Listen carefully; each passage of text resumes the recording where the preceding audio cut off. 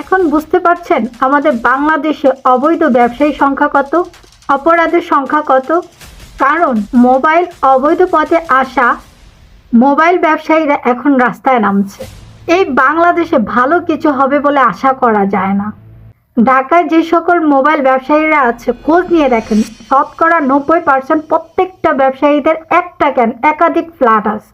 এই সকল ব্যবসায়ীরা ক্রেতাদের মাথায় কাঁঠাল ফাটাচ্ছে, তাই এই সরকারের সিদ্ধান্তে তারা বাধা দিচ্ছে।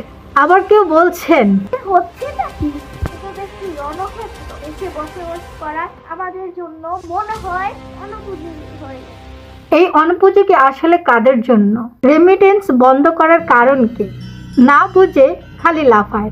আন্দোলন করার কারণে সে লাভ অনেক বেশি, জনগণের এখানে কোনো স্বার্থ নেই, স্বার্থ তো সব ব্যবসায়ীদের। আরেকজন বলছে আমি ছোট চাকরিজীবী, মাইনে পাই 20,000, আমার পক্ষে কি এত দাম দিয়ে ফোন কিনা আদৌ সম্ভব? একটা মোবাইল ব্যবহার করা, দেন ট্যাক্স দেওয়া, এগুলো কি আদৌ আমার পক্ষে সম্ভব? তাই আমি বলবো এই আইন বাতিল করা